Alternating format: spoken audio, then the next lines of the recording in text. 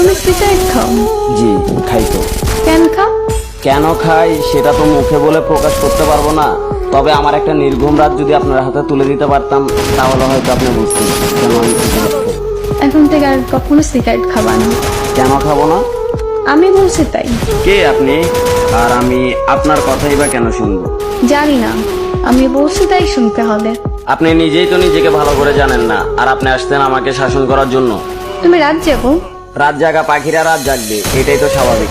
আজকে রাত থেকে ভালো ছেলের মতো তাড়াতাড়ি ঘুমিয়ে পড়বা।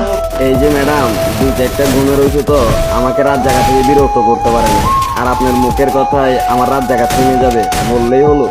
জি বললেই হবে, মুখের ওপর কথা বলবা, একদম মেরে সোজা বানিয়ে ফেলবো। আপনার কথা শুনে মনে হলো আমি একটা খেলার পুতুল, যেরকম নাচাবেন সেরকমই নাচবে। এত অবসর কেন তুমি? নিজেকে অগোছালো করে রাখতে ভালো লাগে তাই। নিজেকে গুছিয়ে রাখতে পারো না? যেখানে নিজের জীবনের প্রতি কোনো মায়া নেই সেখানে জীবনটা গুছিয়ে কি করবো? ও আচ্ছা, তুমি এত উৎসুক না কেন? খাওয়াটা ঠিক মতো করো না? পরিবারের জন্য মাথা ভর্তি টেনশন, প্রিয় মানুষের দেওয়া আঘাত। সকালের খানাটা ঘুমে ঘুমিয়ে চলে যায়, দুপুরের খানাটা বিকাল 5টায়, রাতের খানাটা রাত 3টায়।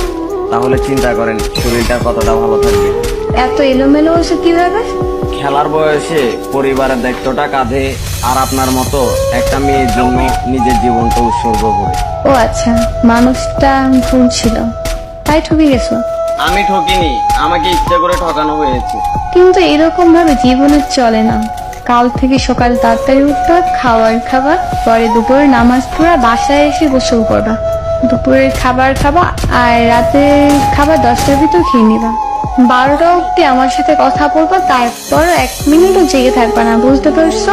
নির্ঘুম রাত, অনিয়মে খাওয়া, আর অগোছালো জীবন, সেটা হয়তো আমি আর কখনোই চেঞ্জ করতে পারবো না। এভাবেই হয়তো চলতে থাকবে আমার জীবন গাড়ির চাকা। আর আপনি যদি মনে করেন যে আপনি এরকম নির্দেশনা দিয়ে আমার মনে জায়গা করে নেবেন তাহলে ভুল ভাবতেছেন, কারণ আমার মন দিল বলতে কিছুই নেই। তুমি তো দেখি অনেক কথা বল, যা বলবো ওইটা করবা। করবা মানে করবাই, না বললে মায়ের তো খাও নাই আমার হাতে, একদম সোজা করে ফেলবো। কাল থেকে আমার রুটিন শুরু তোমার লাইফে, মনে থাকো যেন। রুটিন শুরু করতে গিয়ে ব্লক লিস্টে পড়ে যান কিনা সেটা তো সঠিকভাবে বলতে পারতেছি না, কিন্তু ব্লক লিস্টে পড়ে গেলে সেটার জন্য আমি দায়ী নই। কিন্তু কোনো কিন্তু না, এখন বাই, যা বলছে মনে থাকো যেন। আল্লাহ হাফেজ। আমি নিজেকেই তো ভালো করে মনে রাখতে পারি না। আপনার তুমি সিগারেট খাও? জি খাই তো। কেন খাও? কেন খাই সেটা তো মুখে বলে প্রকাশ করতে পারবো না, তবে আমার একটা নির্ঘুম রাত